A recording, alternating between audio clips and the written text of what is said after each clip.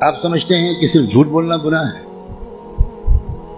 صرف بد نظری گناہ ہے، صرف زنا اور چوری گناہ ہے، اور آپ یہ نہیں جانتے کہ قرآن کو نہ سمجھنے کی کوشش کرنا یا سمجھنے کی کوشش نہ کرنا یہ ان سارے گناہوں سے بڑا گناہ ہے۔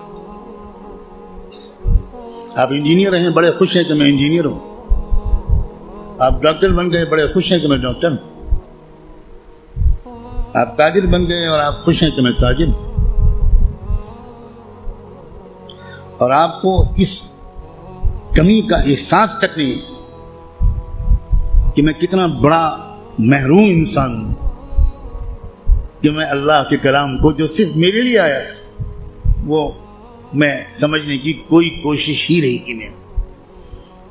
مسلمانوں کی اکثریت، غالب اکثریت، وہ جو 5 وقت کی نماز پڑھتے ہیں وہ بھی، جو روزہ رکھتے ہیں وہ بھی، جو اپنے کو دیندار سمجھتے ہیں وہ بھی، جو کچھ دینی کام بھی کرتے ہیں وہ بھی،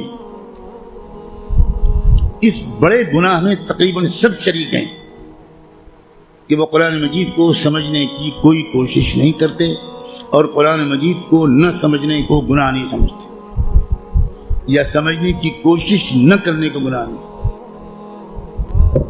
تو آپ قرآن مجید کو سمجھنے کی کوشش فرض عین سمجھیں اور قرآن کو اب تک سمجھنے کی کوشش نہ کرنا یہ کبیرہ گناہوں سے بڑا گناہ سمجھیں۔ اور رمضان کا مہینہ جو گناہوں سے توبہ کرنے اور معافی مانگنے کا مہینہ ہے، اس میں سب سے زیادہ اس گناہ سے توبہ کریں۔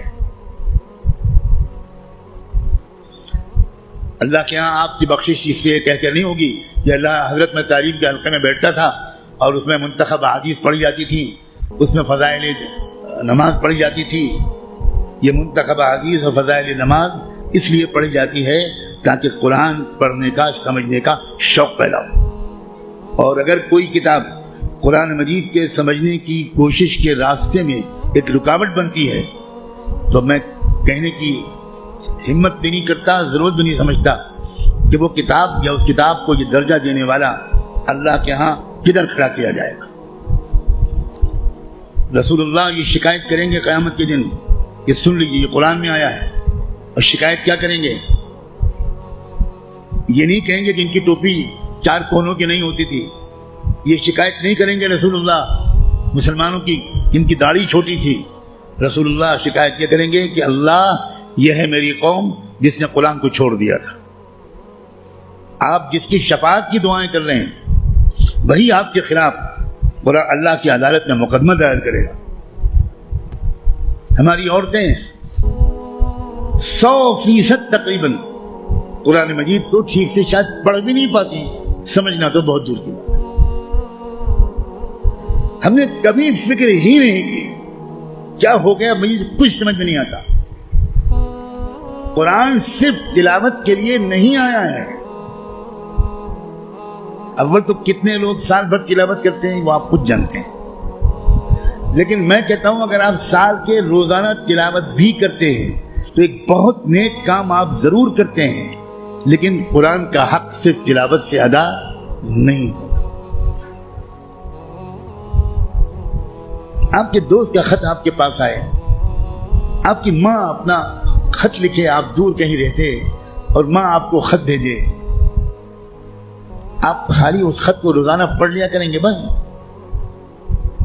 اور دوست یا ماں اگر آپ سے کوئی مطالبہ کرتی ہے تو آپ اس پر عمل نہیں کریں گے؟ یہی سلوک ہم قرآن کے ساتھ کر رہے ہیں۔ قرآن کیا ہے؟ اللہ کے خطوط کا مجموعہ ہے، لیکن ہم کو کچھ خبر نہیں کہ اللہ نے ہم کو خط میں کیا لکھا ہے۔ آپ کا دوست آپ کو خط لکھے اور آپ اس کو سمجھ نہ پائیں، آپ چین سے سوئیں گے؟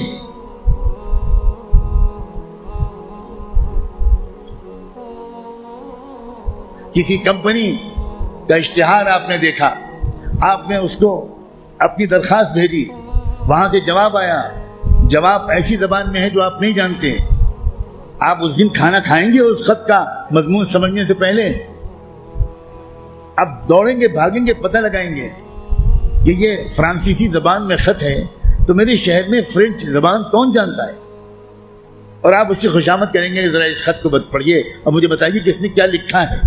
24 گھنٹے نہیں گزرنے دیں گے آپ، اس سے پہلے اس خط کو سمجھنے کی بھرپور کوشش کر لیں گے، اس کا جواب بھی لکھیں گے. لیکن قرآن ہے کہ 60 سال سے آپ کو پکار رہا ہے. اللہ کا خط ہے کہ 70 سال سے آپ کو آپ پاس آ رہا ہے، لیکن آپ نے ایسے کان بند کر رکھے ہیں. ہمیں کوئی دلچسپی نہیں اللہ کے خط سے. اللہ کہتے رہیں ہمیں کوئی دلچسپی نہیں. ہم بہت مشغول ہیں، ہمارے پاس فرصت نہیں ہے. ہم بڑے کامیاب تاجر ہیں، ہم اسٹوڈنٹ ہیں، ہم پروفیسر ہیں، ہم ڈاکٹر ہیں، ہم انجینئر ہیں، ہم پولیٹیکل ایکٹیوسٹ ہیں، ہم جرنلسٹ ہیں، ہم اخبار میں کام کرتے ہیں. ہم کہاں قرآن کا ترجمہ پڑھ پائیں گے؟ بھئی ہمارے پاس کہاں اتنا وقت ہے؟ بھوگتے گا ہر وہ انسان، ہر وہ مرد اور عورت جو قرآن مجید کو سمجھنے کی کوئی کوشش نہیں کرتا اور قرآن کے مطابق اپنے آپ کو ڈھالنے کی کوئی سیریس کوشش نہیں کرتا. خون کے آنسو روئے گا وہ شخص، خون کے آنسو روئے گا. ایسا شخص تو جب قرآن کی تلاوت کرتا ہے تو قرآن اس پر لعنت بھیجتا رہتا ہے. اب غور تو کریں، رب قارئ للقرآن والقرآن یلعنہ، یہ میرے باپ کی اور پیر کی کہی ہوئی بات نہیں ہے. یہ بات صادق و مصدوق رحمت دو عالم صلی اللہ علیہ وآلہ وسلم نے کہی کہ قرآن بہت سے لوگ پڑھتے ہوتے ہیں اور پڑھنے کے درمیان قرآن اس پر لعنت بھیجتا ہے. اے اللہ، یہ مجھ پر یہ پڑھ رہا ہے، اس پر لعنت. اب قرآن کی لعنت پر اللہ تعالیٰ قبول نہیں کریں گے؟